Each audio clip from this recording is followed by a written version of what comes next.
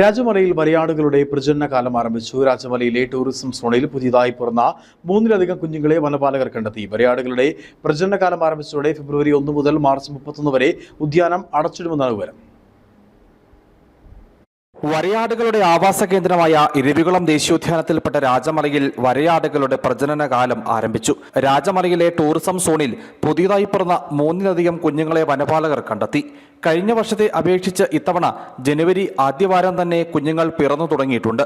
കഴിഞ്ഞ വർഷം ജനുവരി 14-നാണ് രാജമലയിൽ പുതുതായി പിറന്ന കുഞ്ഞുങ്ങളെ കണ്ടെത്തിയത്.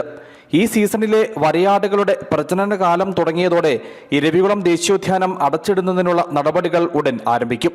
ചീഫ് വൈൽഡ് ലൈഫ് വാർഡന്റെ അനുമതി ലഭിച്ചാൽ വരയാടുകളുടെ പ്രജനനകാലം സുഗമമാക്കുന്നതിനായി ഫെബ്രുവരി 1 മുതൽ മാർച്ച് 31 വരെ ഉദ്യാനം അടച്ചിടുമെന്നാണ് സൂചന. ഉദ്യാനം അടയ്ക്കുന്നതോടെ സന്ദർശക സോണായ രാജമലയിൽ വിനോദസഞ്ചാരികൾക്കുള്ള പ്രവേശനവും നിരോധിക്കും. കഴിഞ്ഞ വർഷം ഏപ്രിലിൽ നടന്ന കണക്കെടുപ്പിൽ വിവിധ വനമേഖലകളിലായി 827 വരയാടുകളെ കണ്ടെത്തിയിരുന്നു. ഇതിൽ 144 എണ്ണം പുതുതായി പിറന്ന വരയാടിൻ കുഞ്ഞുങ്ങളായിരുന്നു. News bureau, Adimali.